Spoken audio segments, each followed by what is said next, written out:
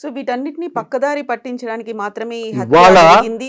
ఇవాళ వాటిని అమలు చేయకపోవడం మూలంగా ప్రజలలో వచ్చే కోపాన్ని కానివ్వండి, వ్యతిరేకతను కానివ్వండి, పక్కదారి పట్టించే దానికోసం ఇట్లాంటి దగులుబాజీ కథనాలు ఇవాళ వార్తలలో తీసుకొని వస్తూ ఉన్నారు.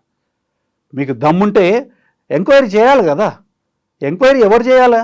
మీ చేతిలో పోలీసులు ఉన్నాయి, మీ చేతిలో వ్యవస్థలు ఉన్నాయి. నిజంగా ఉంటే మీరు ఎంక్వైరీ చేయండి. ఎవడొద్దనని అన్నాడు?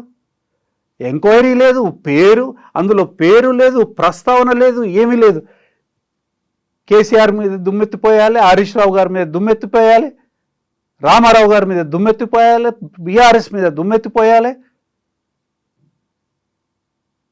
సిగ్గులజ్జ ఉండాలండి ఇట్లాంటి కథనాలు రాయడానికి, ఇట్లాంటి కథనాలు మాట్లాడడానికి టీవీలకు కానీ పత్రికలకు కానీ. ఎక్కడైనా ఇంత బేసిస్ ఉన్నదా దీంట్లో? లిటిల్ బేసిస్ ఎక్కడైనా ఉన్నదా? ఇది ఉండదు. ఇప్పుడు ఈ ప్రచారాలన్నీ ఇట్లా చేస్తారు, కేసులలో ఇరికిస్తారు. ఇరికించిన తర్వాత ఒత్తిడి చేసి ఎవిడెన్స్ ఇప్పించేదానికోసం వాళ్ళని. అట్లాంటిదే ఇంకొక కేసు, హరీష్ రావు పేరు చెప్పకుంటే నరకం చూపిస్తాం. స్వయంగా ఎవరైతే కంప్లైంట్ వేసిండో ఆ కంప్లైంట్ సాక్షులు ఎవరైతే ఉంటారో ఆ సాక్షుల్ని పోలీస్ స్టేషన్లో పోలీస్ ఆఫీసర్లు ఈ రకమైన దౌర్జన్యానికి పాల్పడినారని ఆ విక్టిమ్ ఎవరైతే ఉన్నారో కోర్టులో అఫిడవిట్ వేసినారు. ఇది ఫోన్ ట్యాపింగ్కి సంబంధించి ఫోన్ ట్యాపింగ్ సంబంధించిందని అంటారు వీళ్ళు. ఇరికించాలా, దొంగ కేసులు పెట్టాలి, దొంగ సాక్ష్యాలను క్రియేట్ చేయాలి, ఇరికించాలి, దాని మీద ఒక కథనం నడిపించాలి. ఆ కథనంలో వీళ్ళ వైఫల్యాలని కప్పిపెట్టుకోవాలా. ఇదే వ్యవస్థల్ని ఈ రకంగా ఉపయోగిస్తారా? ఒక పక్కన మొత్తం అంతా 90,000 మంది పోలీసులు ఉంటారండి రాష్ట్రంలో. ఈ రాష్ట్రంలో 4.5 కోట్ల పైన జనాభా ఉన్నారు. 3,35,00,000 ఓటర్లు ఉన్నారు. 4.5 కోట్ల జనాభా ఉన్నారు. 90,000 పోలీస్ మాత్రమే ఉంటుంది. అంటే పోలీసుల్ని ఎంత జ్యుడిషియస్గా, ఎంత పద్ధతి ప్రకారం ఉపయోగించాలండి? అట్లా ఉపయోగిస్తేనే క్రైమ్ కంట్రోల్లోకి వస్తుంది. అట్లా ఉపయోగిస్తేనే ప్రజలకి భద్రత ఉంటుంది. కానీ ఇవాళ అట్లా జరుగుతుందా? ఇవాళ జరగట్లేదండి. ఇవాళ ఏమైనా సరే పోలీసు వ్యవస్థని కొంతనేమో బందోబస్తుకి పోయినది, మిగతా దాంట్లో ఉన్న దాంట్లో ఎక్కువ మందిని ఇవాళ బీఆర్ఎస్ని ఏ రకంగా ఇబ్బంది పెట్టాలనే దానికోసము వినియోగిస్తూ ఉన్నారు. 2,000 పైన కేసులు బీఆర్ఎస్ కార్యకర్తల మీద, లీడర్ల మీద పెట్టడం జరిగింది ఇప్పటి వరకు. తర్వాత దేనికోసం పెడుతున్నారు? తర్వాత ఎమ్మెల్యేల మీద పెడుతున్నారు, ఎమ్మెల్యేలను బెదిరించేదానికోసం పెడుతున్నారు, పార్టీ మార్చేదానికోసం కేసులు పెడతా ఉన్నారు, పార్టీ మార్పుడు చేసేదానికోసం, అంటే బీఆర్ఎస్ నుంచి కాంగ్రెస్లకు పోయేదానికోసం ఒత్తిడి చేసేదానికి కూడా కేసులు పెట్టినారు. అది అయిన తర్వాత వాళ్ళు పార్టీలు మారిన సందర్భం కూడా ఉన్నది. పటాన్ చెరువు ఎమ్మెల్యే కుటుంబం మీద అనేక కేసులు పెట్టే కార్యక్రమం పెట్టినారు. తర్వాత దానికి భయపడి ఆయన పార్టీ మార్చిన సందర్భం కూడా మనకు స్పష్టంగా కనిపిస్తూ ఉంది. ఇప్పుడు ఈ పర్టికులర్ కేసు కూడా అందులో భాగంగానే, అంటే ఒక హత్య జరిగింది, అక్కడ చంపడానికి ప్రేరణ వెనకాల ఎవరున్నారు అనుకున్నప్పుడు క్లియర్గా వినిపించిన మాట అక్కడ ఉన్నటువంటి బీఆర్ఎస్ లీడర్ గండ్ర వెంకటరమణారెడ్డి. గతంలో కూడా ఆయన మీద భూతాగాదా కేసులు ఉన్నాయి అనే మాట ఇప్పుడు చాలా ఇందులో లేదు. కాకపోతే ఏదైనా నిజం అనేది రికార్డు ద్వారా మాట్లాడుతుంది. చనిపోయింది ఎవరండి? ఈ కంప్లైంట్ ఇచ్చిన వ్యక్తి యొక్క హస్బెండ్. స్పష్టమైన వివరణ ఇచ్చింది ఆమె. ఏం జరిగింది, ఎవరు చేసినారు, ఎందుకు చేసినారు. యాడొచ్చింది గండ్ర వెంకటరమణారెడ్డి పేరు ఇక్కడ? కాకపోతే రాజకీయంగా అంటే ఎవరు ఊహించాలి? అది ఎందుకు ఊహిస్తున్నారు మీరు? ఆయన ఉంటే అడ్డము లేకుంటే పనులు జరగట్లేవు అట్లా కాదండి. ఇప్పుడు ఆయన ఎమ్మెల్యే కాదు, ఆయన మాజీ ఎమ్మెల్యే. ఇవాళ మాజీ ఎమ్మెల్యేలకు పవర్ ఎక్కడ ఉందండి? ఎక్కడుంది పవర్? పోనీ అండి నిజంగా ఉంటే ఆమె ఫలానా అనే వ్యక్తి అనే పేరు రాస్తే కదా మీరు చేయాల్సింది, ఆరోపణలు చేయాల్సింది ఎప్పుడండి? ఫలానా వ్యక్తి ఇది ఉన్నది అని అంటే మాట్లాడాల. కంప్లైంట్ ఇచ్చినారు, ఈ కంప్లైంట్లో లేదు, ఈ కంప్లైంట్లో ఎవరి పేరు లేదు, ఈ రాజకీయ ప్రమేయం అంటే రాజకీయం ఎవడైనా రాజకీయమే, కాంగ్రెస్ రాజకీయమే, బీజేపీ రాజకీయమే, బీఆర్ఎస్ కూడా రాజకీయమే. కేవలం కండ్ర వెంకటరమణారెడ్డి మీద ఎందుకు మాట్లాడుతున్నారు? ఆయన నిన్న స్పష్టంగా చెప్పిండు, ఎంక్వైరీ చేయండి. ఎంక్వైరీ చేయకుండా మీరు నా పేరు ఎందుకు మాట్లాడుతున్నారు? ఎవరు మాట్లాడారు? ఆ మాట మాట్లాడేది ఇంకెవరో కాదండి, మాట్లాడిన ఆయన మంత్రి. ఆ మంత్రి గారు అఫిడవిట్ ఉన్నది, ఆయన మొన్న ఎలక్షన్స్లో ఆయన వేసిన అఫిడవిట్. ఎవరు? కోమటిరెడ్డి వెంకటరెడ్డి గారు. వారి అఫిడవిట్, వారు సంతకం పెట్టేసిన అఫిడవిట్ ప్రకారమే. వారెవరనంటే ఒక కన్విక్టెడ్ ఏమంటే క్రిమినల్ కేసులో ఉన్నవాడిని కన్విక్ట్ని క్రిమినల్ అని అంటారు. ఈ was a convicted criminal according to his own statement. A case చెప్తానండి, ఆయన డిస్క్లోజ్ చేసిందే చెప్తాను, నేను వేరేది ఏం చెప్పను. మీరు పెట్టండి, సరిగా పెట్టండి కెమెరాని. 143 ఇప్పుడు crime number 220 of 2015, CC number 79/2018, special sessions judge court Nampally Hyderabad. ఏ కేసులో? అల్లర్లకు సంబంధించిన కేసు, unlawful assembly, house trespass and public nuisance. మంత్రి గారు కమిట్ చేసినారు. కమిట్ చేయడమే కాదు, he was convicted and sentenced with how much? A fine of 4,200 rupees. అంటే ఇప్పుడు ఈయన కాదండి, చేసింది ఈయన, బాధితుడు. అంటే దేనికోసం చేసిండు కానీ కన్విక్షన్ వస్తే ఎవరికైనా బాధే కదండి. ఎట్లా మాట్లాడగలుగుతారండి తోటి రాజకీయ నాయకుడి మీద? ఎట్లా మాట్లాడతారంటున్నాను. ఒక ఆధారం లేకుండా ఎట్లా వచ్చింది మీకు ఎక్కడి నుంచి వచ్చింది ఇన్ఫర్మేషన్?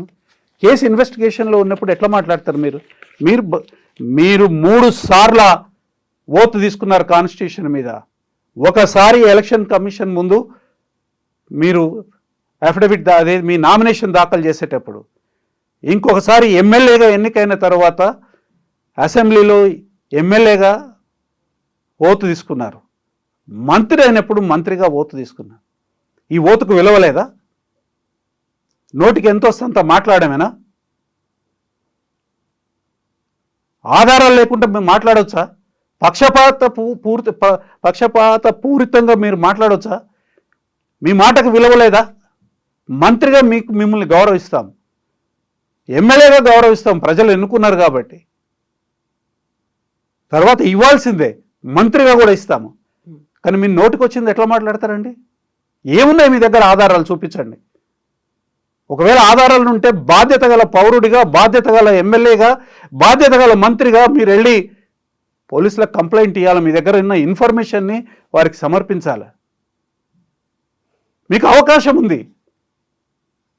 మీరు అది చేయకుండా మీరు పబ్లిక్ డొమైన్లో వచ్చి ఎందుకు మాట్లాడుతున్నారు మీరు?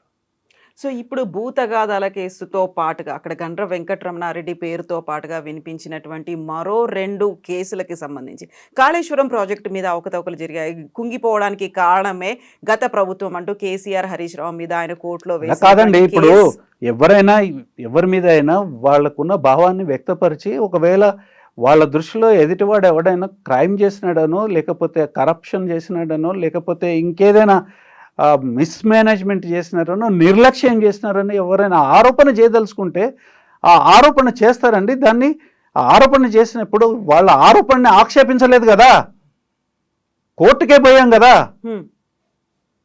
బజార్లో ఒక మాట కూడా మాట్లాడలేదు కదా. ఇట్లా అనేకం వస్తున్నాయి కదా, ప్రేరేపింపబడినవి, తర్వాత నార్మల్ కోర్సులో వచ్చే కంప్లైంట్స్ కూడా వస్తున్నాయి, ప్రేరేపింపబడిన కంప్లైంట్స్ కూడా వస్తున్నాయి.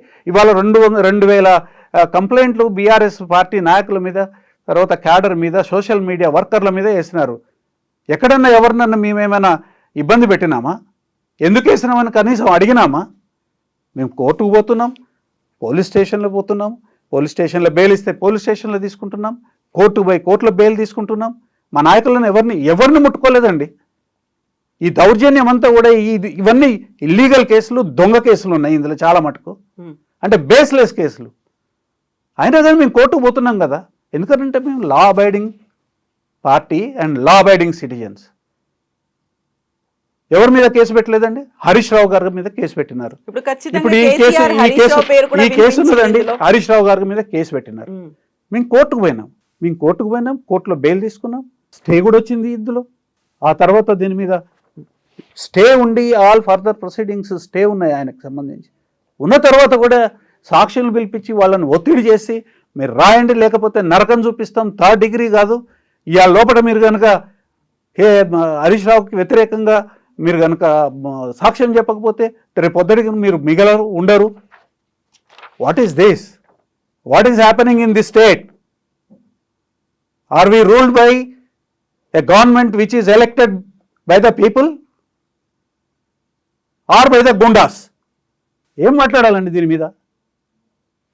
ఎవరి మీద పెట్టలేదు? హరీష్ రావు గారి మీద కేసు పెడతారు, కేటీఆర్ గారి మీద కేసు పెడతారు, కేసీఆర్ గారిని ప్రతిరోజు తిడతారు. మా క్రిషాంక్ మీద ఎడదగని కేసులు పెట్టినారు. దిలీప్ రెడ్డి గారి మీద ఎడదగని కేసులు పెట్టారు. పాడి కౌశిక్ రెడ్డి గారు ఎమ్మెల్యే, వారి మీద కేసు తర్వాత కేసు, అరెస్ట్ తర్వాత అరెస్టు. ఇట్లా ఎర్రల శ్రీనివాస్ గారి మీద, బాల్క సుమన్ గారి మీద,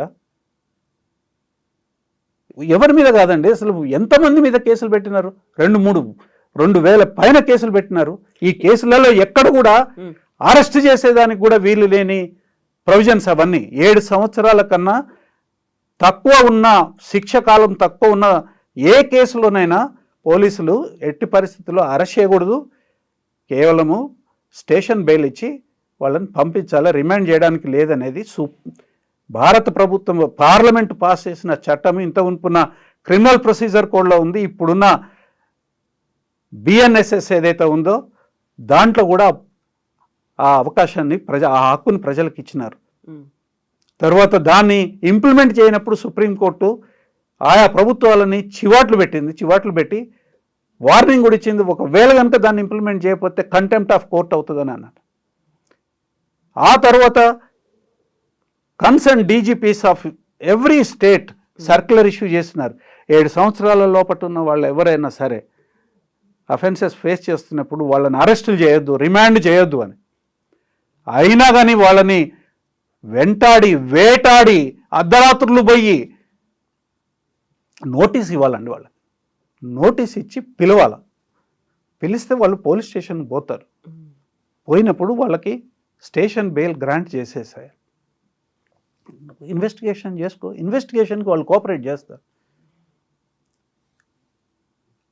అసలు కేసు లేని వాటిల్లో కేసులు క్రియేట్ చేయడము, ఆ కేసులలో వీళ్ళని ఇరికించడము, పోలీస్ స్టేషన్లకు తీసుకుపోవడము, రిమాండ్ చేసే ప్రయత్నం చేసి రిమాండ్ చేయలేక చివాట్లు పడ్డ సందర్భాలు అనేక ఉన్నాయి.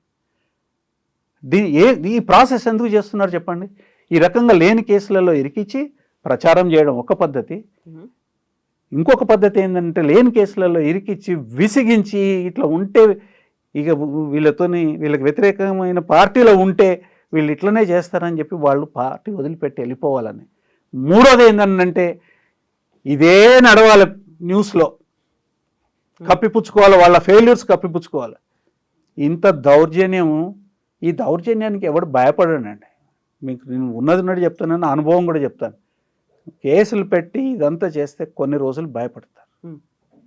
ఎప్పుడైతే న్యాయస్థానాలు న్యాయం చేస్తాయో ఇంత కొన్ని వందల మంది వాళ్ళ ప్రభుత్వం యొక్క ప్రభుత్వం చేసే దుర్మార్గాన్ని కానివ్వండి, అన్యాయాన్ని కానివ్వండి, తర్వాత మోసాన్ని కానివ్వండి.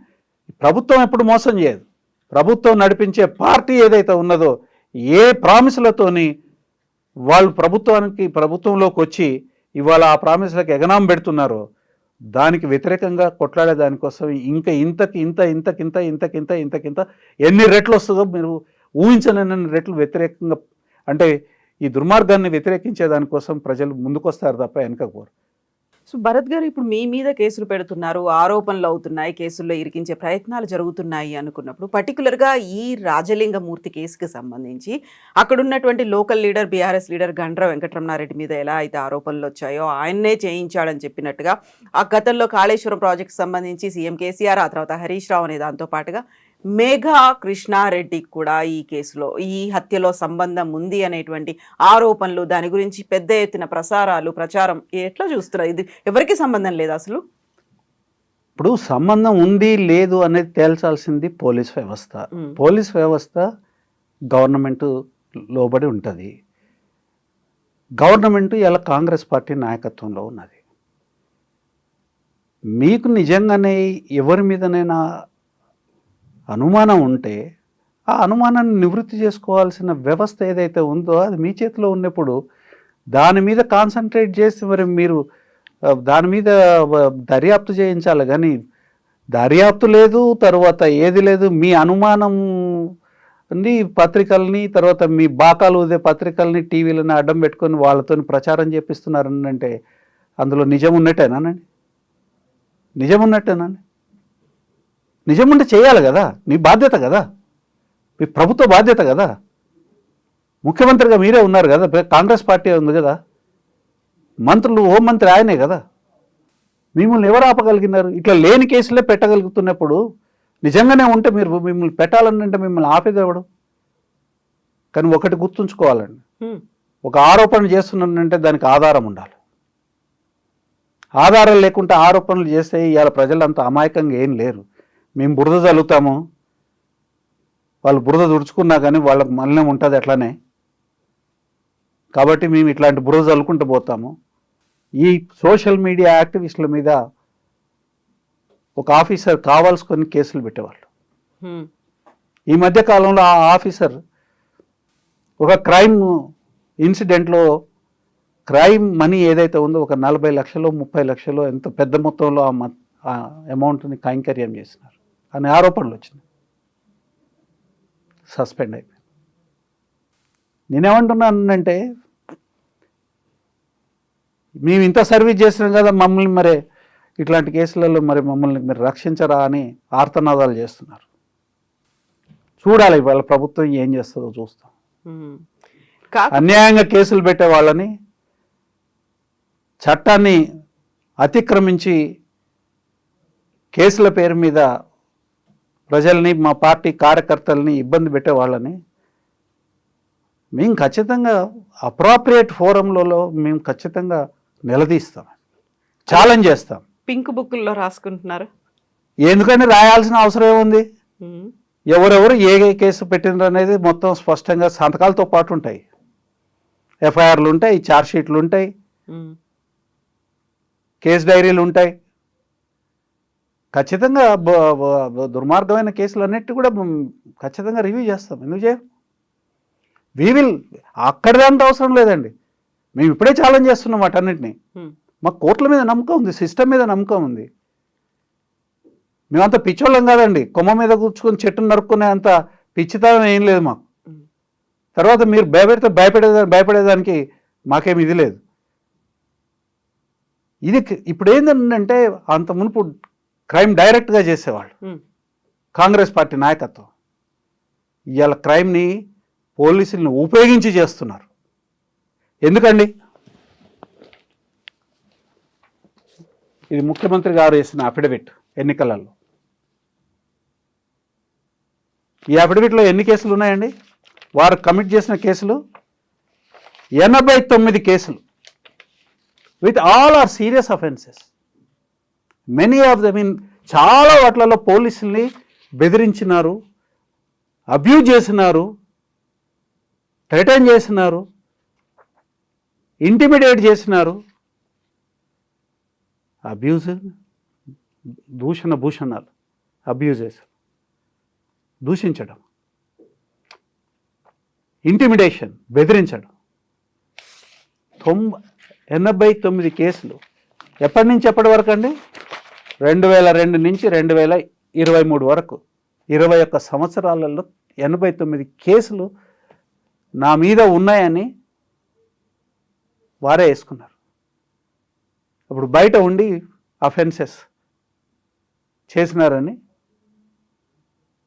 ఆ అఫెన్సెస్లో నేను అక్యూజ్ ఉన్నాని, రిజిస్టర్ అయిన అఫెన్సెస్లో నేను అక్యూజ్ ఉన్నాను వారే వేసినారు.